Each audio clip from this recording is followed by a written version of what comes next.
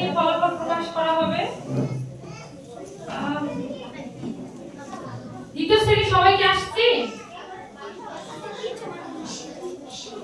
আচ্ছা, দ্বিতীয় শ্রেণীতে প্রথম স্থানে অধিকার করেছে মেহেরেঙ্গিস খানম।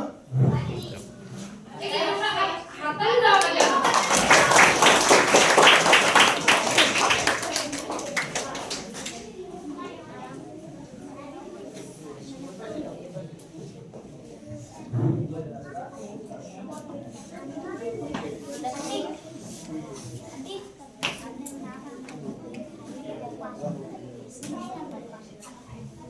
দ্বিতীয় স্থান অধিকার করেছে ফাতেমা নূর।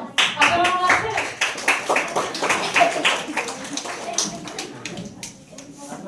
ফাতেমা নূর